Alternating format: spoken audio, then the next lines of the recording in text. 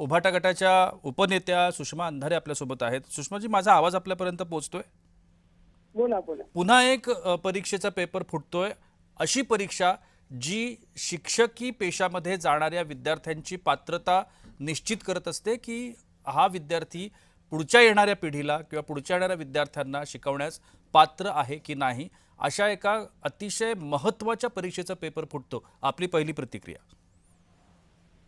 अहो, ज्या राज्यामध्ये ज्या देशामध्ये आमदार फुटतात, खासदार फुटतात, नीटचे पेपर फुटतात, पेपर का फुटतात असा प्रश्न जेव्हा पत्रकार विचारायला जातात तेव्हा पत्रकारांची डोकी फुटतील का इतकी भाषा होते.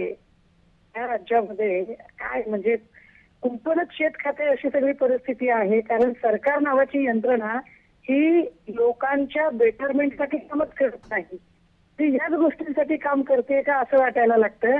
कारण कुठली भेसळयुक्त कंपनी कुठून आली ते गुजरात वरून, आणि पेपर फुटण्याचं कनेक्शन कुठे तर ठाण्यामध्ये, आणि गुजरातचे सुमधुर संबंध आपले लपून राहिले.